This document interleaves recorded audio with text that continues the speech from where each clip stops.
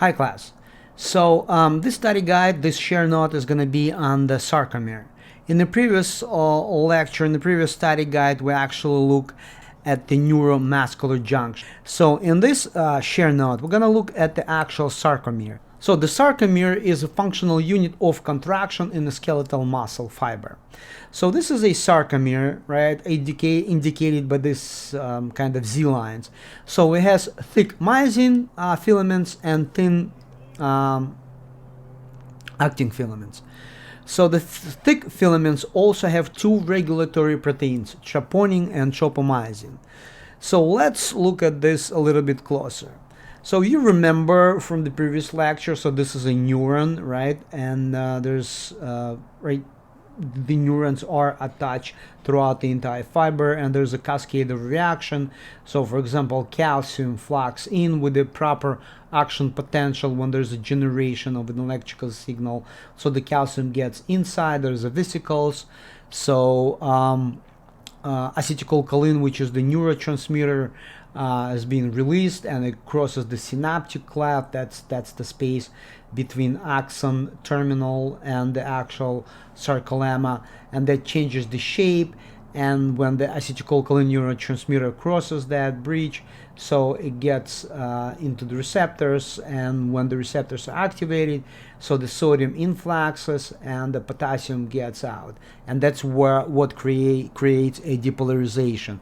And when the membrane depolarized, that's where the actual contraction happens, and that actual contraction between, like, in this sarcomere, it's a contractile unit of a muscle fiber.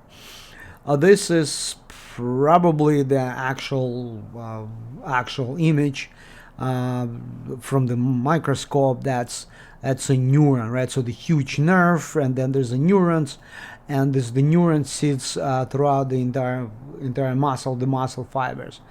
So that's that's what it is. That's another cool image, right? That's the actual contractile unit. And so the muscle, when we contract muscle, so to contract muscle, for example, if you're lifting something light, you don't need to activate or recruit the entire muscle, right? So you can only recruit certain regions. So when we're lifting something heavy, your body is able to recruit the entire muscle. So these are the thick filaments, myosin, right? And these are the thin filaments, actin. So, and what happens, this is a sliding mechanism. So the sliding filament mechanism of the contraction. So they slide one up against another, and this contractile unit, right, creates the contraction, right? So the sarcomere. So they go one up against another, and that generates an actual contraction of a muscle. So there's H band, M line, A band, sarcomere. That's what we'll concentrate. So the Z lines is the indication where that sarcomere is, that actual contractile unit. So this is the thin filaments, actins, right? Actin. So right now we're looking even closer, right? So now they resemble like little like marbles, like that. And this is a so that's the actin, and this is the myosin, right? Myosin. So the myosin are thick heads, thick filaments with this type of head. So these heads will have a binding with the actin filaments, and that's where the actual power stroke will be generated. So let's look at, there's like cascade of reactions, like we can actually describe this in a few simple 5 steps. And as you see, there is a huge role of calcium in the power stroke. So that power stroke, basically what happens, so the myosin heads grab on actin and they pull the actin, and that's where the sliding mechanism, that's where the actual contraction happens. So basically, like if you look their videos, so they're actually working like that. So they're pulling one against another. It's pretty cool. So now you can probably appreciate how calcium is important in our diet. So to have that calcium constantly. present in our body, and constantly, and calcium is being controlled precisely. So if we do not have calcium in our blood, guess where your body will get calcium? It will go to your bones and will resorb the calcium from the bone, and that can lead to osteoporosis. So the nutritional supply of calcium is crazy important in that sense. So let's look at that cascade. So the action potential in muscle cells stimulates calcium release from sarcoplasmic reticulum. So we'll look at that process when the calcium gets in the axon terminal, and then it generates everything. So the calcium also participates in here. So let's look at the players first. So there's a troponin, there's a tropomyosin. So let's look at this. So this is a troponin. So you can look at the troponin as a pin. So that's the troponin and that's the pin, right? And this pin goes through tropomyosin. So this wire is called tropomyosin, and this tropomyosin blocks active site of an actin. So this is the actin filaments, and here you see there's like little fossa, like little dip in there. So the myosin heads with this little thing that is sticking out will have a contact with this actin over there. But the thing is that the tropomyosin, this kind of fiber, blocks this active site, so it prevents myosin being contacted with the actin, prevents binding. So, and the pin physically or chemically, so the pin actually goes through the actual tropomyosin to this wire, and it actually blocks it. So there's no way that you can move it out. So for example, if this is a tropomyosin, right? So that's my, actually this is my favorite cable. I don't want to rip this thing apart.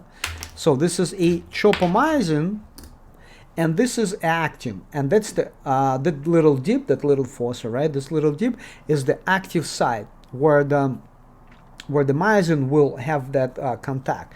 So, and that like that, so it blocks it. So, and the troponin, a little pin, it just goes through that. So the calcium is able to pull out the troponin pin, and then tropomyosin slides off. And when the tropomyosin slides off, now this site is available for the actual binding of a myosin head, of this myosin head. So now it will bind.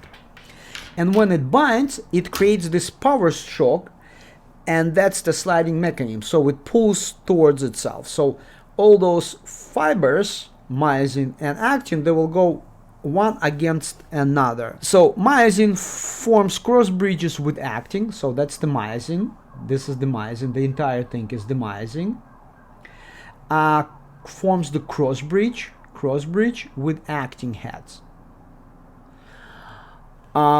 Using stored energy, myosin heads pull actin filaments together within the sarcomere, and the cell shortens. The cell shortens. Contraction occurs, and it is all done with the ATP. ATP is constantly present. So again, troponin here, troponin binds tropomyosin. So this is troponin, check mark. This is tropomyosin. So the tropomyosin covers this active sites of the actin. So the calcium removes the troponin. That tropomyosin slides off of that active site, and then myosin heads are able to create a cross bridge with actin. And when they create a cross bridge, that's what creates a power stroke.